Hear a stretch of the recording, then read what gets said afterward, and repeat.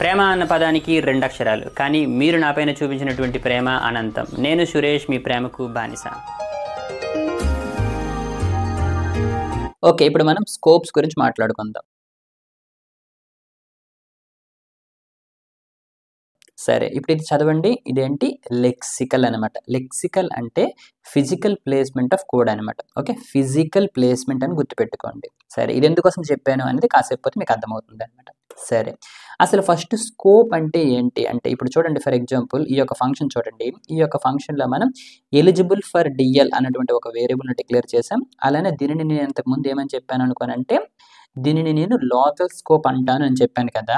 సరే, అసలు దీనిని లోకల్ స్కోప్ అని ఎందుకు అన్నాను అనుకోనంటే, ఈ యొక్క వేరియబుల్ నేను ఎక్కడ క్రియేట్ చేశాను? ఈ యొక్క ఫంక్షన్ లోపు క్రియేట్ చేశాను అనమాట. అంటే దాని అర్థం ఏంటి అనుకోనంటే, ఈ యొక్క వేరియబుల్ని కేవలం నేను ఈ యొక్క ఫంక్షన్లో మాత్రమే యాక్సెస్ చేయగలను అనమాట. ఈ యొక్క ఫంక్షన్కి బయట దీనిని నేను యాక్సెస్ చేయలేను అనమాట. ఓకే, ఇప్పుడు మీరు చూసుకోండి, ఇంతకుముందు మనం ఈ యొక్క ప్రోగ్రామ్ రాసాం కదా. ఇక్కడ నేను ఈ యొక్క వేరియబుల్ క్రియేట్ చేశాను అనమాట. సో ఇప్పుడు ఈ యొక్క వేరియబుల్ని ఈ యొక్క ఫంక్షన్కి బయట ఈ విధంగా నేను యాక్సెస్ చేయలేను అనమాట. ఎందుకోసం అనుకోనంటే, దీని యొక్క స్కోప్ వచ్చేసి లోకల్ స్కోపే అనమాట. సో ఇప్పుడు ఒక వేరియబుల్ యొక్క స్కోప్ ఇది అని అన్నాం అనుకోనంటే, ఆ యొక్క వేరియబుల్ని ఎక్కడెక్కడ నుండి మనం యాక్సెస్ చేసుకోగలం అని అర్థమనమాట. ఓకే, అలానే ఒక ఫంక్షన్ యొక్క స్కోప్ ఇది అని అన్నాము అనుకోనంటే, ఆ యొక్క ఫంక్షన్ని మనం ఎక్కడెక్కడ నుండి యాక్సెస్ చేసుకోగలం అని అర్థం అనమాట. అలానే మన యొక్క ఆబ్జెక్ట్. సో మీరు ఇప్పుడు ఏదైనా తీసుకోండి, ఏదైనా ఒక థింగ్ యొక్క స్కోప్ ఇది అని అనుకోనంటే, ఆ యొక్క థింగ్ ఏ కాంటెక్స్ట్ లో మనకి యాక్సెసిబుల్ లో ఉంటుంది అని అర్థం అనమాట. ఓకేనా? ఓకే, అయితే ఇటువంటి స్కోప్స్ లో కూడా కొన్ని టైప్స్ అనేవి ఉన్నాయన్నమాట. ఓకే, ఇప్పుడు అవన్నీ తెలుసుకోవాలి అనుకోనంటే, ఫస్ట్ మనం ఓవర్ వ్యూ ఆఫ్ స్కోప్స్ అని చెప్పేసి ఒక ప్రోగ్రామ్ ని క్రియేట్ చేద్దాం. ఓకే, సో అందుకోసం నేను ఏం చేస్తున్నాను అనుకోనంటే, అగైన్ మన యొక్క బేస్ ను ఉపయోగిస్తున్నాను, కాపీ పేస్ట్ చేస్తున్నాను, దీనిని నేను రీనేమ్ చేస్తున్నాను అనమాట. Okay, over view of scopes అని చెప్పేసి. ఓకే, ఇప్పుడు నేను ఏం చేస్తున్నాను అనుకోనంటే, ఇందులో ఉన్నటువంటి కోడ్ని రిమూవ్ చేసేస్తున్నాను అనమాట. ఓకే, ఇప్పుడు ఇది చూడండి, ఇదేంటి? ఇఫ్ ఎల్స్ అన్నటువంటి కండిషనల్ స్టేట్మెంట్ అనమాట. ఇక్కడ మనకి ఏం జరుగుతుంది? ఈ యొక్క ఇఫ్ లో ఉన్నటువంటి కండిషన్ సాటిస్ఫై అయితే ఈ యొక్క ఇఫ్ బ్లాక్ లో ఉన్నటువంటి స్టేట్మెంట్స్ అనేవి ఎగ్జిక్యూట్ అవుతాయి, అంతే కదా. ఇక్కడ దీనిని మనం ఏమంటాము అనుకోనంటే, బ్లాక్ అంటాం అనమాట. ఇక్కడ చూడండి, నేను రాశాను కదా, statements in this block are executed అని చెప్పేసి. ఓకే, దీనినే మనం ఏమంటాం అనుకోనంటే, బ్లాక్ ఆఫ్ కోడ్ అంటాం అనమాట. సో ఇందులో మనం స్టేట్మెంట్స్ అనేవి రాసాం, అంతే కదా. అయితే ఇక్కడ మీరు బాగా గమనిస్తే, ఇక్కడ ఇఫ్ అన్నటువంటి బ్లాక్ రాసాం, అలానే ఇక్కడ మనం ఎల్స్ అన్నటువంటి బ్లాక్ రాసాం అనమాట. అలా కాకుండా మన యొక్క ప్రోగ్రామ్ లో డైరెక్ట్ గా ఈ విధంగా కూడా రాసుకోవచ్చు అనమాట. అంటే ఈ విధంగా రాసుకోవచ్చు అనమాట. ఓకేనా? సో ఈ విధంగా రాస్తే ఏం జరుగుతుంది అనుకోనంటే, మన యొక్క జావా స్క్రిప్ట్ ఇంజిన్ ఇక్కడికి వచ్చినప్పుడు డైరెక్ట్ గా ఇందులో ఉన్నటువంటి స్టేట్మెంట్స్ ని ఎగ్జిక్యూట్ చేసేస్తుంది అనమాట. ఓకే, ఇప్పుడు ఇది చూడండి, ఒక బ్లాక్ రాశాను, ఆ యొక్క బ్లాక్ లో ఈ యొక్క 3 స్టేట్మెంట్స్ రాశాను అనమాట. సో ఎప్పుడైతే మన యొక్క జావా స్క్రిప్ట్ ఇంజిన్ ఈ యొక్క కోడ్ దగ్గరికి వస్తుందో, ఈ యొక్క బ్లాక్ లోకి డైరెక్ట్ గా వెళ్ళిపోతుంది అనమాట. ఇంతకు ముందు మన యొక్క ఇఫ్ లో ఏం జరిగేది? కండిషన్ ని చెక్ చేసేది కదా, కానీ ఇక్కడ అలా కాదనమాట. డైరెక్ట్ గా ఈ యొక్క బ్లాక్ లోకి వెళ్ళిపోయి ఇందులో ఉన్నటువంటి స్టేట్మెంట్స్ అనేవి ఎగ్జిక్యూట్ చేస్తుంది అనమాట. సో ఇప్పుడు దీని యొక్క అవుట్పుట్ మనం చెక్ చేసామనుకోండి, మనకి 30 అనేది ప్రింట్ అయిపోతుంది అనమాట. ఓకే, ఇప్పుడు నేను డెవలపర్ కన్సోల్ ఓపెన్ చేశాను. ఓకే, ఇక్కడ మీరు చూసుకుంటే 30 అనేది నాకు ప్రింట్ అయిపోయింది అనమాట. ఓకే, అయితే మీకు ఇక్కడ ఒక డౌట్ రావాలి, మరి ఈ విధంగా బ్లాక్స్ ఎందుకోసం రాయాలి? డైరెక్ట్ గా ఈ విధంగా కూడా మనం రాసుకోవచ్చు కదా అని చెప్పేసి. ఓకే, అయితే ఈ విధంగా బ్లాక్స్ ఎందుకోసం రాస్తాము అనేది మనం ప్రాజెక్ట్స్ మీద వర్క్ చేస్తాం కదా, అప్పుడు మీకు క్లారిటీగా అర్థమవుతుంది అనమాట. అయితే ఈ యొక్క స్కోప్స్ లో మనకి టోటల్ గా 7 టైప్స్ ఆఫ్ స్కోప్స్ అనేవి ఉన్నాయన్నమాట. Global, functional, block, local, lexical, module, అలానే స్క్రిప్ట్ అనమాట. ఓకే, ఈ చాప్టర్ లో మనం ఈ యొక్క మాడ్యూల్ అలానే స్క్రిప్ట్ గురించి మాట్లాడుకోం, ఈ యొక్క ఫస్ట్ 5 గురించి మాట్లాడుకుంటాం. అయితే ఈ యొక్క స్కోప్స్ అనేది కొంచెం కన్ఫ్యూజన్ గా ఉంటుంది అనమాట. కాబట్టి మీరు పెద్దగా వర్రీ అవ్వాల్సినటువంటి అవసరం లేదు. మనం ప్రాక్టికల్ గా ఎగ్జాంపుల్స్ చేసినప్పుడు ఆటోమేటిక్ గా అర్థమవుతుంది అనమాట. ఓకేనా?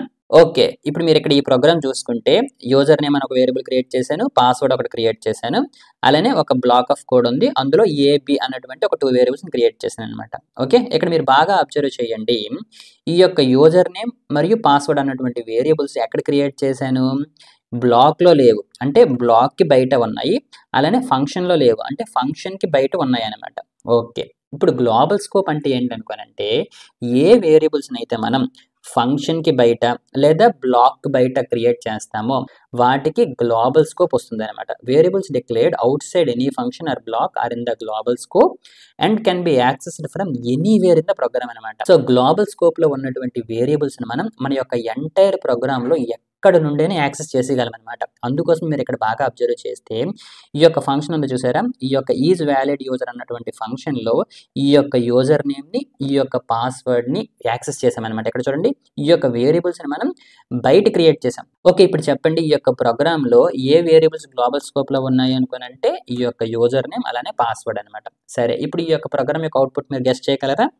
ఇక్కడ మీరు చూడండి, ఈ యొక్క 2 వేరియబుల్స్ని క్రియేట్ చేసాం, ఆ తర్వాత ఒక బ్లాక్ ఆఫ్ కోడ్ రాసాం. సో బ్లాక్ ఆఫ్ కోడ్లో ఉన్నటువంటి స్టేట్మెంట్స్ ఇమీడియట్గా ఎగ్జిక్యూట్ అయిపోతాయి కాబట్టి ఇక్కడ మనకి 30 అనేది ప్రింట్ అవుతుంది. ఆ తరువాత బాగా గమనించండి, ఈ యొక్క ఫంక్షన్ని మనం డిక్లేర్ చేసాం కానీ ఈ యొక్క ఫంక్షన్ని మనం రన్ చేయలేదన్నమాట. సో కాబట్టి ఈ యొక్క ఫంక్షన్లో ఉన్నటువంటి స్టేట్మెంట్స్ అనేవి ఎగ్జిక్యూట్ అవ్వాలన్నమాట.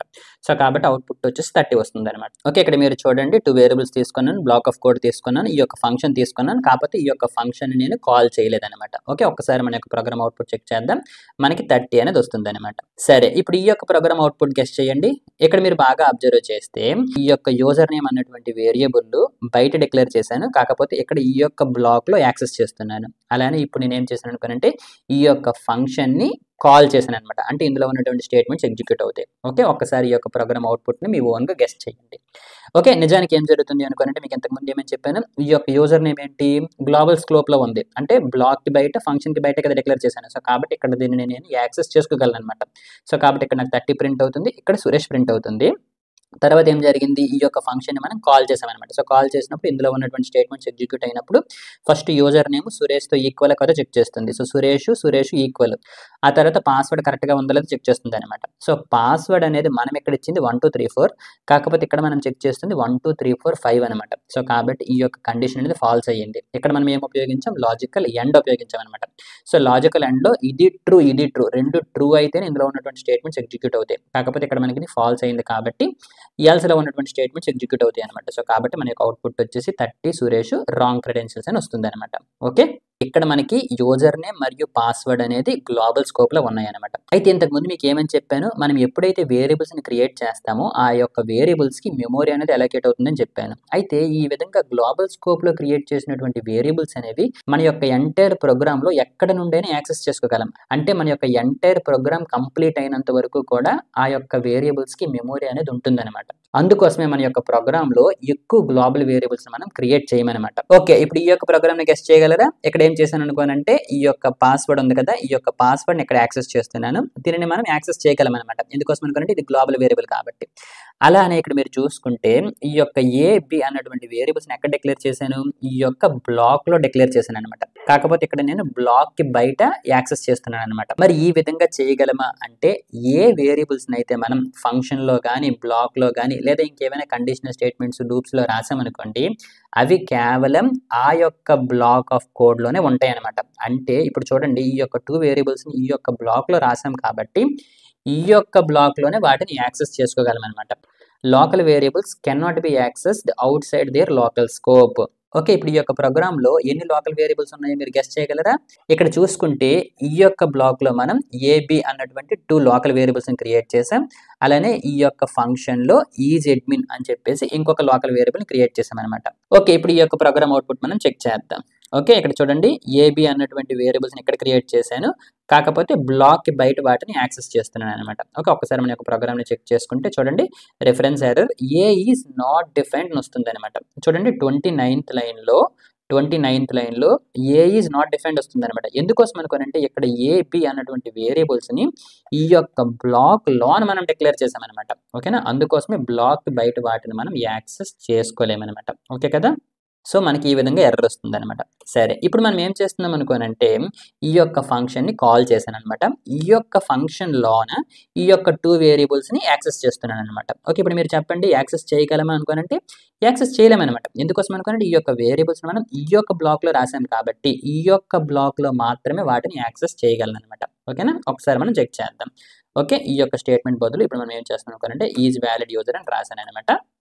ఓకే, ఇక్కడ మీరు చూడండి ఏ ఈజ్ నాట్ డిఫైన్డ్ వచ్చింది అనమాట 31 లైన్లో. చూడండి 31 లైన్లో ఏ ఈజ్ నాట్ డిఫైన్డ్. ఎందుకోసం అనుకోనంటే ఈ యొక్క వేరియబుల్స్ మనం ఈ బ్లాక్లో రాసాం కాబట్టి. ఓకే, ఇప్పుడు ఈ యొక్క బ్లాక్లో మనం క్రియేట్ చేసినటువంటి వేరియబుల్స్ అనేవి కేవలం ఆ బ్లాక్లోనే యాక్సెస్ చేసుకోగలం అనమాట. అంటే వాటికి లోకల్ స్కోప్ ఉంటుందన్నమాట. ఓకే, అలానే ఈ యొక్క ఫంక్షన్కి సంబంధించినటువంటి బ్లాక్లో మనం క్రియేట్ చేసినటువంటి వేరియబుల్స్ని కేవలం ఈ యొక్క ఫంక్షన్లోనే యాక్సెస్ చేసుకోగలుగుతున్నాం అనమాట. ఓకే, సరే ఇప్పుడు మనం ఏం చేద్దాం అనుకోనంటే ఇక్కడ వేరియబుల్స్ క్రియేట్ చేయడానికి లెట్ ఉపయోగించాం కదా, అలా కాకుండా వేర్ ఉపయోగిద్దాం. ఓకే, సరే ఇప్పుడు నేను ఏం చేస్తున్నాను అనుకోనంటే ఇక్కడ లెట్కి బదులు వేర్ మారుస్తున్నాను, అలానే ఇక్కడ కూడా లెట్కి బదులు వేర్ మార్చాను అనమాట. ఇప్పుడు నేను ఏం చేస్తున్నాను అనుకోనంటే ఈ యొక్క బ్లాక్కి బయట ఈ రెండింటిని యాడ్ చేస్తున్నాను అనమాట. Okay, for example a + b అని రాశాను అనమాట. ఓకే, సో ఇక్కడ మనకి ఏం జరిగింది, ఈ యొక్క బ్లాక్లోన మనం వేరియబుల్స్ క్రియేట్ చేసాం, కాకపోతే ఇంతకుముందు మనం లెట్ ఉపయోగించాం కదా, ఇప్పుడు ఏం చేశాను అనుకోనంటే వేర్ చేశాను అనమాట. సరే, నిజానికి లెట్ ఉపయోగించినప్పుడు ఈ యొక్క బ్లాక్లో క్రియేట్ చేసినటువంటి వేరియబుల్స్ అనేవి ఈ యొక్క బ్లాక్లోనే యాక్సెస్ చేసుకోగలిగాం, ఈ యొక్క బయట యాక్సెస్ చేయలేకపోయాను కదా. సరే, ఇప్పుడు ఒకసారి మన యొక్క ప్రోగ్రామ్ని చెక్ చేద్దాం. ఓకే, ఒకసారి ప్రోగ్రామ్ రీఫ్రెష్ చేస్తున్నాను. చూడండి ఇక్కడ ఏం జరిగింది అనుకోనంటే ఈ యొక్క 30 ఉంది కదా, ఇది ఎక్కడ 29th లైన్లో అనమాట. చూసారా, ఈ యొక్క లైన్లో ఈ యొక్క 2 వేరియబుల్స్ని నేను యాక్సెస్ చేసుకోగలిగాను అనమాట. అలానే ఈ యొక్క ఫంక్షన్ ఉంది కదా, ఈ యొక్క ఫంక్షన్ని కాల్ చేసాం, ఈ యొక్క ఫంక్షన్కి లోన ఈ యొక్క 2 వేరియబుల్స్ని ఉపయోగించామన్నమాట. ఇక్కడ చూసుకుంటే ఆ యొక్క 2 వేరియబుల్స్ని కూడా నేను యాక్సెస్ చేసుకోగలిగాను అనమాట. ఓకే, ఇది ఎందుకోసం ఇలా జరిగింది అంటే లెట్ అలానే కాన్స్టెంట్ ఈ రెండు కూడా బ్లాక్ స్కోప్ అనమాట. కానీ మన యొక్క వేర్ అనేది బ్లాక్ స్కోప్ కాదనమాట, it is a function scope అనమాట. ఓకేనా, ఇది బాగా గుర్తుపెట్టుకోండి. లెట్ మరియు కాన్స్టెంట్ ఆ రెండే బ్లాక్ స్కోప్ అనమాట. ఇంతకుముందు మీరు చూసుకుంటే ఇక్కడ లెట్ను ఉపయోగించాం కదా, సో ఈ విధంగా మన యొక్క బ్లాక్స్లో లెట్ అలానే కాన్స్టెంట్ ఈ రెండు ఉపయోగించి మనం వేరియబుల్స్ని క్రియేట్ చేసామనుకో అవి ఈ యొక్క బ్లాక్లో ఉంటాయి. అలా కాకుండా మీరు వేర్ అని చెప్పేసి ఏదైనా ఒక వేరియబుల్ని క్రియేట్ చేస్తే అది బ్లాక్ స్కోప్డ్ కాదనమాట. ఓకే, అది ఈ యొక్క బ్లాక్ యొక్క బయట కూడా మనం యాక్సెస్ చేసుకోగలం. కానీ వేర్ అనేది ఫంక్షన్ స్కోప్డ్ అనమాట. అంటే మన యొక్క ఫంక్షన్లో ఏదైనా ఒక వేరియబుల్ని మనం వేర్ అన్నటువంటి కీవర్డ్తో డిక్లేర్ చేసామనుకోండి. ఓకే, ఇక్కడ చూసారా, ఈ యొక్క ఫంక్షన్లో ఇంతకుముందు మనకి ఇక్కడ లెట్ ఉండేది కదా, దీనిని నేను వేర్ కింద మార్చాను అనమాట. ఓకే, ఇక్కడ మీరు చూసుకుంటే ఈ యొక్క బ్లాక్లో దీనిని మనం వేర్ని మార్చిన తర్వాత ఈ యొక్క బ్లాక్ బయట కూడా దీనిని యాక్సెస్ చేసుకోగలిగాను కదా. కానీ ఎక్కడ చూసుకుంటే ఒక ఫంక్షన్లోన వేర్ అన్నటువంటి కీవర్డ్ ఉపయోగించి ఒక వేరియబుల్ని క్రియేట్ చేశాను కదా, కానీ ఎక్కడ నేను ఏమని చెప్పాను, వేర్ అనేది ఫంక్షన్ స్కోప్ అన్నాను అనమాట. అంటే ఒక ఫంక్షన్లో మనం వేర్ అన్నటువంటి కీవర్డ్తో వేరియబుల్ని ఉపయోగిస్తే కేవలం అది ఆ ఫంక్షన్లోనే యాక్సెస్ చేసుకోగలం అనమాట. అంతేగాని ఈ బయట మనం ఈ యొక్క వేరియబుల్ని యాక్సెస్ చేసుకోలేమన్నమాట. ఓకేనా. ఓకే, ఇప్పుడు చూడండి మన యొక్క ప్రోగ్రామ్ చూడండి, is admin is not accessible. ఎందుకోసం అనుకోనంటే ఈ యొక్క వేర్ అనేది ఫంక్షన్ స్కోప్డ్ అనమాట. ఓకేనా, అంటే ఒక ఫంక్షన్లో వేర్ అన్నటువంటి కీవర్డ్ను ఉపయోగించి మనం వేరియబుల్ని క్రియేట్ చేస్తే ఆ యొక్క ఎంటైర్ ఫంక్షన్లో ఎక్కడి నుండైనా యాక్సెస్ చేసుకోగలం, కానీ ఆ యొక్క ఫంక్షన్కి బయట యాక్సెస్ చేసుకోలేమన్నమాట. ఓకేనా. ఓకే, సో గుర్తుపెట్టుకోండి, లెట్ కాన్స్టెంట్ అనేవి బ్లాక్ స్కోప్డ్, అలానే వేర్ అనేది ఫంక్షన్ స్కోప్డ్ అనమాట. ఓకే, సరే ఇప్పుడు ఈ యొక్క ప్రోగ్రామ్ యొక్క అవుట్పుట్ని గెస్ట్ చేయండి. ఇక్కడ మీరు బాగా గమనిస్తే ఈ యొక్క బ్లాక్లో నేను 2 వేరియబుల్స్ని క్రియేట్ చేశాను, కాకపోతే అక్కడ నేను వేర్ ఉపయోగించాను అనమాట. సో వేర్ ఉపయోగించాను కాబట్టి వేర్ అనేది బ్లాక్ స్కోప్డ్ కాదు, కాబట్టి ఈ యొక్క బ్లాక్ బయట కూడా వాటిని యాక్సెస్ చేసుకోగలం అనమాట. సో కాబట్టి ఇక్కడ మనకి 30 వస్తుంది అనమాట. ఆ తర్వాత ఇక్కడ మనం ఈ యొక్క ఫంక్షన్ని కాల్ చేసాం. ఈ యొక్క ఫంక్షన్లో మీరు బాగా గమనిస్తే ఈజ్ అడ్మిన్ అన్నటువంటి ఒక వేరియబుల్ని క్రియేట్ చేశాను. ఆ తర్వాత ఇఫ్ అనేటువంటి ఒక కండిషనల్ స్టేట్మెంట్ ఉంది. అయితే ఈ యొక్క ఇఫ్ అన్నటువంటి కండిషనల్ స్టేట్మెంట్ అనేది సక్సెస్ అవ్వదు అనమాట. ఎందుకోసం అనుకుంటే పాస్వర్డ్లో మనకి 1 2 3 4 ఉంది, కానీ ఇక్కడ మనం 1 2 3 4 5తో చెక్ చేస్తున్నాం కాబట్టి ఈ యొక్క ఇఫ్లో ఉన్నటువంటి స్టేట్మెంట్స్ అనేవి ఎగ్జిక్యూట్ అవ్వనమాట. సో ఇప్పుడు మనం ఏం చేస్తున్నాము, ఈజ్ అడ్మిన్ ప్రింట్ చేస్తున్నాం. సో కాబట్టి ఫాల్స్ రావాలి. అలానే ఇక్కడ చూడండి ఫుల్ యాక్సెస్ అని చెప్పేసి ఇందులో మనం క్రియేట్ చేసినటువంటి ఒక వేరియబుల్, ఇక్కడ చూడండి ఈ యొక్క ఇఫ్ అన్నటువంటి బ్లాక్లో ఒక వేరియబుల్ని క్రియేట్ చేశాను, దానిని నేను ఇక్కడ యాక్సెస్ చేస్తున్నాను అనమాట. కాకపోతే ఇక్కడ మీకు నేను ఏమని చెప్పాను, వేర్ అనేది ఫంక్షన్ స్కోప్డ్, అంటే ఈ యొక్క ఎంటైర్ ఫంక్షన్లో ఎక్కడ నుండైనా మనం యాక్సెస్ చేసుకోగలం అనమాట. అంటే ఈ యొక్క ఎలో ఫుల్ యాక్సెస్ అన్నటువంటి వేరియబుల్ని ఇక్కడ నేను యాక్సెస్ చేసుకోగలను అనమాట. ఓకే, సరే చేసుకోగలను లేదని చెప్పేసి ఒకసారి మన యొక్క ప్రోగ్రామ్ని చెక్ చేద్దాం. సరే ఇప్పుడు దీని యొక్క అవుట్పుట్ నేను చూపిస్తాను, దానికన్నా ముందు అవుట్పుట్ ఏమొస్తుందో మీ ఓన్గా ఒకసారి గెస్ట్ చేయండి. ఓకే, సరే ఇప్పుడు ఒకసారి మనం అవుట్పుట్ చూద్దాం. చూడండి 30 వచ్చింది, ఫాల్స్ వచ్చింది, కానీ ఇక్కడ చూడండి మన యొక్క ఫుల్ యాక్సెస్ అన్నటువంటి వేరియబుల్ ఏదైతే ఉందో అక్కడ అన్‌డిఫైన్డ్ వచ్చిందనమాట. చూడండి బాగా గమనించండి. ఇక్కడ నిజానికి ఏం జరిగింది అనుకోనంటే ఇక్కడ 30 ప్రింట్ అయ్యింది.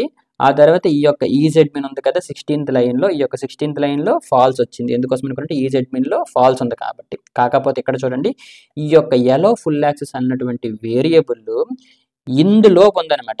నిజానికి ఈ యొక్క 3 స్టేట్మెంట్స్ కూడా ఎగ్జిక్యూట్ అవ్వలేదనమాట. ఎందుకోసం అనుకోనంటే ఈ యొక్క కండిషన్ అనేది ఫాల్స్ అయిపోయింది. అంతే కదా! అయితే మరి ఈ యొక్క 3 స్టేట్మెంట్స్ ఎగ్జిక్యూట్ అవ్వకపోయినప్పుడు ఈ యొక్క యెల్లో ఫుల్ యాక్సెస్ అన్నటువంటి వేరియబుల్‌ని మనం ఇక్కడ ఏ విధంగా యాక్సెస్ చేసుకోగలిగాం. అంతే కదా! ఇక్కడ మీరు చూసుకుంటే ఇందులో మనకి అన్‌డిఫైన్డ్ అనేది ఉందనమాట. సో కాబట్టి ఎవరో ఏం చేస్తున్నారు అనుకోనంటే ఈ యొక్క వేరియబుల్‌ని తీసుకొని ఎక్కడో ఒక దగ్గర పెడుతున్నారనమాట. ఎక్కడో ఒక దగ్గర పెట్టి దాంట్లోకి అన్‌డిఫైన్డ్ అనేది పెట్టేస్తున్నారనమాట. ఓకే. అది బాగా గుర్తుపెట్టుకోండి.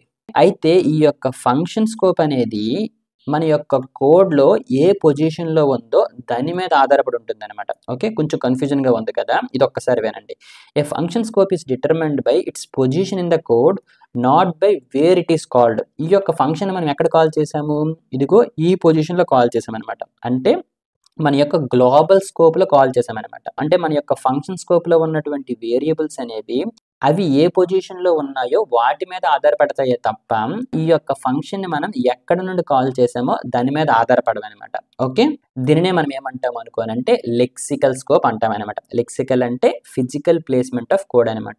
సో ఫిజికల్‌గా ఈ యొక్క కోడ్ ఎక్కడుంది అనుకోనంటే ఈ యొక్క ఫంక్షన్ లోనుందనమాట. కాకపోతే ఈ యొక్క ఫంక్షన్ మనం ఎక్కడ కాల్ చేసామనుకోనంటే గ్లోబల్ స్కోప్‌లోనే కాల్ చేసామనమాట. మనం గ్లోబల్ స్కోప్‌లో కాల్ చేసాం కాబట్టి ఈ యొక్క వేరియబుల్స్‌ని మనం యాక్సెస్ చేసుకోగలము అని మీరు అనుకోకండి అనమాట. ఓకే. అలానే ఇంతకుముందు మీకు ఏమని చెప్పాను? ఒక ఫంక్షన్‌లోని ఇంకొక ఫంక్షన్‌ని క్రియేట్ చేసుకోవచ్చు అని చెప్పాను కదా! అటువంటప్పుడు మన యొక్క ఇన్నర్ ఫంక్షన్స్‌లో ఔటర్ ఫంక్షన్స్‌లో ఉన్నటువంటి వేరియబుల్స్‌ని యాక్సెస్ చేసుకోగలమనమాట. ఓకే.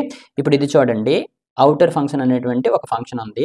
అందులోన నేను ఇన్నర్ ఫంక్షన్ అనేటువంటి ఇంకొక ఫంక్షన్ తీసుకున్నాననమాట. ఇంతకు ముందే చెప్పాను కదా! ఒక ఫంక్షన్‌లో ఇంకో ఫంక్షన్ కూడా క్రియేట్ చేసుకోవచ్చనమాట. ఇప్పుడు ఏం చేశాను అనుకోనంటే ఔటర్ ఫంక్షన్‌ని కాల్ చేశాననమాట. ఓకేనా. ఈ యొక్క ఔటర్ ఫంక్షన్ ఎందుకోసం కాల్ చేయగలిగాను అనుకోనంటే ఇది మనకి గ్లోబల్ స్కోప్‌లో ఉంది. అంతే కదా! సో ఇక్కడ నుండి ఇది కాల్ చేసిన తర్వాత ఇందులోకెళ్తుంది. ఇక్కడ మీరు చూసుకుంటే ఇన్నర్ ఫంక్షన్ అనేది ఒకటి డిక్లేర్ చేసాము. ఇప్పుడు ఇన్నర్ ఫంక్షన్‌ని కాల్ చేస్తున్నామనమాట. సో అప్పుడు ఇందులోకెళ్తుందనమాట. ఇక్కడ మనం ఏం చేసాము? ఈ యొక్క ఇన్నర్ వేరియబుల్‌ని ప్రింట్ చేశాననమాట. ఓకే. అయితే ఈ యొక్క ఇన్నర్ వేరియబుల్ ఎక్కడుంది? ఈ యొక్క ఫంక్షన్‌లో ఉందనమాట. అంటే ఈ లోకల్ స్కోప్‌లో ఉంది. సో కాబట్టి ఇది ప్రింట్ అయిపోతుందనమాట. ఆ తర్వాత ఏం జరుగుతుందనుకోనంటే ఔటర్ వేర్‌ని ప్రింట్ చేసాం. ఈ యొక్క ఔటర్ వేర్ ఎక్కడుంది? ఈ యొక్క లోకల్ స్కోప్‌లో ఉందా? ఈ యొక్క ఫంక్షన్ లోపు లేదనమాట. ఈ యొక్క ఫంక్షన్‌కి బయట ఉందనమాట. ఓకేనా. అంటే ఇక్కడ ఉందనమాట. కాకపోతే మీకు ఏమని చెప్పాను? Inner functions will have access to the outer functions variable. So కాబట్టి ఈ యొక్క ఇన్నర్ ఫంక్షన్‌లో ఈ యొక్క ఔటర్ ఫంక్షన్‌లో ఉన్నటువంటి వేరియబుల్‌ని యాక్సెస్ చేసుకోగలమనమాట. సో కాబట్టి ఇది మనకి ప్రింట్ అవుతుందనమాట. ఆ తర్వాత ఏం చేసాము? ఈ యొక్క గ్లోబల్ వేరియబుల్‌ని ప్రింట్ చేస్తున్నామనమాట. సో నిజానికి ఈ యొక్క గ్లోబల్ వేరియబుల్ ఇందులో ఉందా? ఇందులో లేదనమాట. ఆ తరువాత ఏం జరుగుతుందనుకోనంటే ఈ యొక్క తరువాత స్కోప్‌లో ఉందా లేదో చెక్ చేస్తుందనమాట. ఈ యొక్క ఔటర్ ఫంక్షన్స్‌లో కూడా లేదు. ఆ తర్వాత ఏం చేస్తుంది? మళ్ళీ దని ఔటర్ స్కోప్‌లో ఉందో లేదో చెక్ చేస్తుందనమాట. సో దని ఔటర్ స్కోప్‌లో ఉందో లేదో చెక్ చేసినప్పుడు ఔటర్ స్కోప్‌లో దొరికిందనమాట. సో కాబట్టి అప్పుడు ఇది ప్రింట్ చేస్తుందనమాట. ఓకే. సో గుర్తుపెట్టుకోండి మన యొక్క జావా స్క్రిప్ట్ ఎప్పుడైతే ఒక వేరియబుల్‌ని యాక్సెస్ చేస్తుందో ఫస్ట్ దాని యొక్క కరెంట్ స్కోప్‌లో ఆ యొక్క వేరియబుల్ ఉందో లేదో చెక్ చేసుకుంటుందనమాట. Okay. When JavaScript tries to access a variable it starts from the current scope అనమాట. ఓకే. ఇక్కడ చూడండి ఈ యొక్క గ్లోబల్ వేరియబుల్ ఏదైతే ఉందో ఇది కరెంట్ స్కోప్‌లో ఉందో లేదో చెక్ చేస్తుందనమాట. ఓకే. ఒకవేళ కరెంట్ స్కోప్‌లో ఉంది అనుకోండి వెంటనే అందులో ఉన్నటువంటి వాల్యూ అనేది తీసుకుంటుంది. అలా కాకపోయినప్పుడు ఏం చేస్తుందనుకోనంటే goes outward until it finds the variable. తర్వాత బైట్ స్కోప్ చెక్ చేస్తుంది. ఇక్కడ కూడా లేదు. తర్వాత బైట్ స్కోప్ కూడా చెక్ చేస్తుంది. అక్కడ కూడా లేకపోతే రిఫరెన్స్ ఎర్రర్ ఇస్తుంది. ఒకవేళ అక్కడ ఉన్నట్లయితే అందులో ఉన్నటువంటి వాల్యూని ప్రింట్ చేస్తుందనమాట. ఓకే. దీనిని ఏమంటాం అనుకోనంటే స్కోప్ చైన్ అంటామనమాట. ఓకే. సో అవుట్‌పుట్ వచ్చేసి ఈ విధంగా వస్తుందనమాట. ఓకే. మీకు ముందే చెప్పాను కదా! ఈ యొక్క స్కోప్స్ కాన్సెప్ట్ అనేది కొంచెం కన్‌ఫ్యూజన్‌గా ఉంటుంది. అది మీ ఒక్కరికే కాదు ఎవరికైనా అలాగే ఉంటుంది. కాకపోతే మనం ప్రాక్టికల్‌గా ప్రాజెక్ట్స్ మీద వర్క్ చేసినప్పుడు ఆటోమేటిక్‌గా మీకు అర్థమవుతుందనమాట. ఓకే. సరే. అయితే ఇంతకుముందు 32nd చాప్టర్‌లో మీకు ఏమని చెప్పాను? ఇవన్నీ జరగడానికి గల కారణం ఎవరు అనుకోనంటే హోస్టింగ్ అని చెప్పాను కదా! సరే. అసలు ఈ యొక్క హోస్టింగ్ అంటే ఏంటి అనేది ఇప్పుడు మనం డిస్కస్ చేసుకుందాం. చిన్న బ్రేక్ చిటికలో వచ్చేస్తా.